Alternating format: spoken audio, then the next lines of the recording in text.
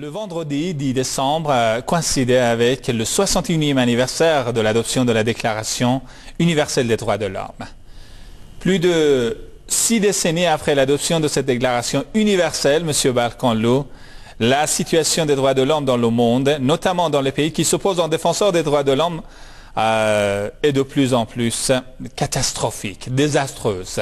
À commencer par les États-Unis, la France, la Grande-Bretagne ou d'autres pays qui s'opposent, qui se targuent d'être le berceau des droits de l'homme, la patrie des droits de l'homme. Alors pour commencer, quel regard portez-vous, quel regard rétrospectif portez-vous, M. Barkanloo, sur la situation des droits de l'homme et l'adoption de la Déclaration universelle des droits de l'homme au cours des 6 dernières décennies? Au nom de Dieu, le très miséricordieux, le tout miséricordieux, avant que je réponde à cette question directement, j'aimerais bien jeter un coup d'œil un peu historique. Vous savez, c'était pour la première fois, après la Révolution française de 1789, que la base de ce qu'on appelle la Déclaration des droits de l'homme d'aujourd'hui a été fondée par les révolutionnaires français de l'époque. Eh bien, même aujourd'hui, vous savez, les articles de la charte de l'ONU, qui sont considérés comme la base des droits de l'homme et signés par tous les États du monde, sont presque, avec très peu de changements, les mêmes articles déjà déclarés par les révolutionnaires français de l'époque. Mais depuis ce temps-là, nous voyons la base des droits de l'homme a été fondée par les Occidentaux de l'époque.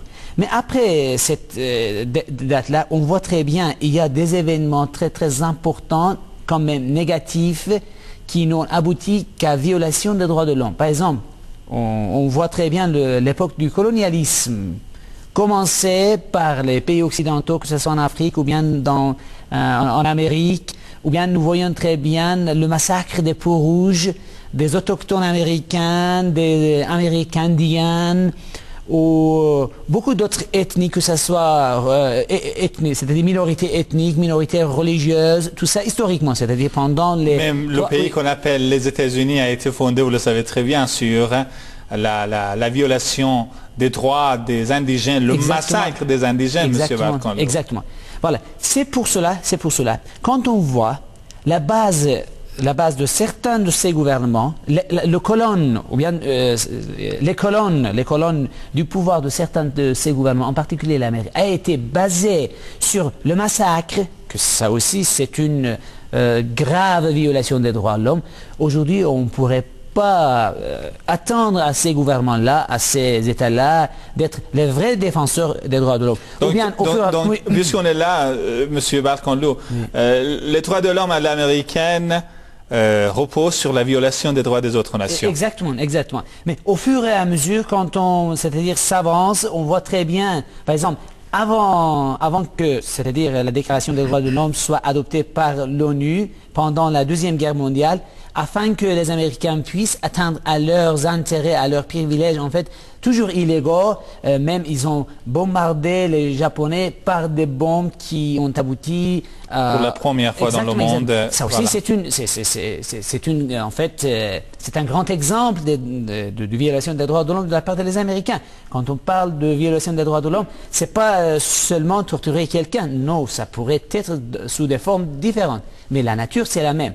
Eh bien, après la Deuxième Guerre mondiale, vous savez, quand l'ONU a été établie, après la Ligue des Nations, parce que la Ligue des Nations ne pouvait pas bien garantir la paix et la sécurité internationale, nous voyons très bien, afin qu'on essaie d'empêcher de nouvelles formes de guerre, que ce soit civile, que ce soit internationale, afin qu'on puisse empêcher tout ce qui pourrait aboutir à porter atteinte à la paix et à la sécurité internationale, les pays membres de l'ONU ont décidé de se réunir sur un concept commun, et c'est les droits de l'homme. Tout ça a été même proposé par certains Américains aussi. Mais aujourd'hui, nous voyons dès cette époque-là, c'est-à-dire dès qu'on a adopté cette déclaration, en comparaison avec les autres pays du monde, on pourrait même dire que le nombre des cas de violation des droits de l'homme par l'Amérique égale presque avec le nombre total des cas de violation des droits de l'homme avec les autres pays. Merci, monsieur Bartholomeo. Alors, on peut dire que dans le discours occidental, en l'occurrence américain sur la situation sur les droits de l'homme en général, il y a une contradiction flagrante, un écart profond entre ce qui est dit et ce qui est fait. Les cas de violation des droits de l'homme par les pays occidentaux qui se targuent d'être justement défenseurs de ces droits sont multiples. Aux États-Unis, par exemple, alors la violation des droits des libertés civiles, des libertés civiques de la population américaine, cette question de torture dans la prison de Guantanamo, les guerres en Afghanistan, en Irak, l'assassinat, le massacre des centaines de milliers de personnes. Vous voyez, la liste est trop longue pour être citée dans le cadre de cette émission, M. Bartholomeo. Est-ce que, ceci étant dit, les États-Unis ou encore la Grande-Bretagne, la France peuvent en effet se permettre d'être un donneur de leçons en la matière? Pas du tout. Vous savez très bien aujourd'hui ce qu'on appelle les droits de l'homme, en particulier de la part de certains pays occidentaux, en leur tête l'Amérique, ce n'est qu'une façade pour cacher les vérités, en fait, des milliers de cas de violation des droits de l'homme déjà faits par l'Amérique avec ses alliés. Par exemple, moi je dirais certains exemples. Vous savez, aujourd'hui, d'après les lois de l'Amérique, la torture est légalisée. C'est-à-dire officiellement, les lois américaines permettent aux responsables des prisons, que ce soit en Amérique, que ce soit hors de l'Amérique, voilà, de torturer. Et tout ça même si on prétend que la Constitution américaine, M. Bartholomeo, interdit l'usage de torture, alors de torture, on trouve un prétexte. Par exemple, dans le territoire cubain, cette prison, l'installation de cette prison de Guantanamo. Il y a une ligne tout à fait séparée du budget pour torturer. Ce que je dis, ça existe dans les lois de l'Amérique. Ou d'autres pas. Vous savez, en Amérique, la plupart des prisons ne sont pas gouvernementales. Les prisons sont données aux compagnies privées. Et là, ce qu'on fait, c'est très intéressant. En même temps, c'est vraiment catastrophique. Les prisonniers sont obligés de travailler, toujours gratuit, pour les responsables de ces compagnies tout à fait privées. Et à la fin, ce que vous faites, que ce soit dans la prison, que ce soit dans les usines ou dans n'importe quelle compagnie, tout ça c'est gratuit. L'argent gagné par votre travaux est viré et donné à ces compagnies-là qui sont dans la plupart des cas ceux qui soutiennent les candidats présidentiels en Amérique. Et tout ça pourquoi? Parce que... Un autre exemple, M. Bartholomeo, c'est la présence militaire des États-Unis en Irak ou en Afghanistan. Ou bien un autre exemple qui est tout à fait clair. Aujourd'hui, 1/4 des Noirs en Amérique sont dans la prison. Quelle sorte de démocratie, quelle sorte de respect des droits de l'homme pourrait-on voir en Amérique où on est témoin de ce que, parce qu'on est noir, il faut qu'on soit en prison. Et un quatrième, c'est pas peu.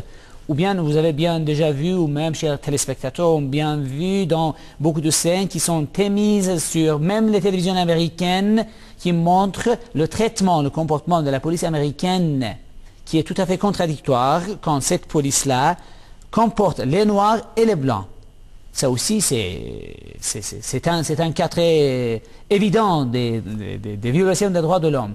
Mais vous savez, aujourd'hui, ce que nous voyons de la part de l'Amérique et ses alliés, en fait, européens et occidentaux, c'est que si un pays, n'importe où que ça soit, fait dans le cadre des intérêts politiques de l'Amérique, voilà, c'est un bon pays. Sinon, ce pays est accusé de violer des droits de l'homme. Vous savez, un autre exemple qui est tout à fait grave. Soutenir un régime qui pendant 62 ans n'a fait que, en fait, a toujours massacré le peuple toujours opprimé de la Palestine, dont un cas très évident se trouve aujourd'hui dans la bande de Gaza, qui sont toujours dans un blocus, ça fait presque 4 années. Ça aussi, c'est un cas des droits de violation des droits de l'homme. Donc, un tel pays, que ce soit l'Amérique ou bien les autres pays qui sont ses alliés, ne devront jamais prononcer un mot sur ce qu'on appelle le respect des droits de l'homme.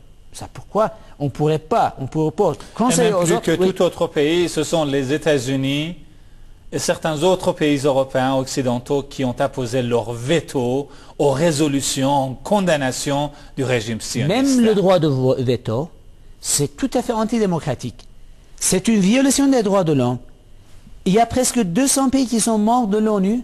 Eh bien, comment pourrait-on parler de l'égalité quand 5 pays ont un droit tout à fait spécial et toujours ont abusé ce droit contre les autres et toujours dans le cadre de leurs propres intérêts, mais sous le prétexte de maintenir, de sauvegarde de la paix et de la sécurité internationale. On voit très bien le cas de l'Afghanistan et de l'Irak. Ça a fait par le Conseil de sécurité, par ce droit de veto. Mais ça a abouti à quoi? À la destruction massive, à la destruction totale de l'Afghanistan. En Irak, il y a presque 2 millions de victimes, victimes de cette guerre. Mais si ce n'est pas les violations des droits, c'est quoi? Merci.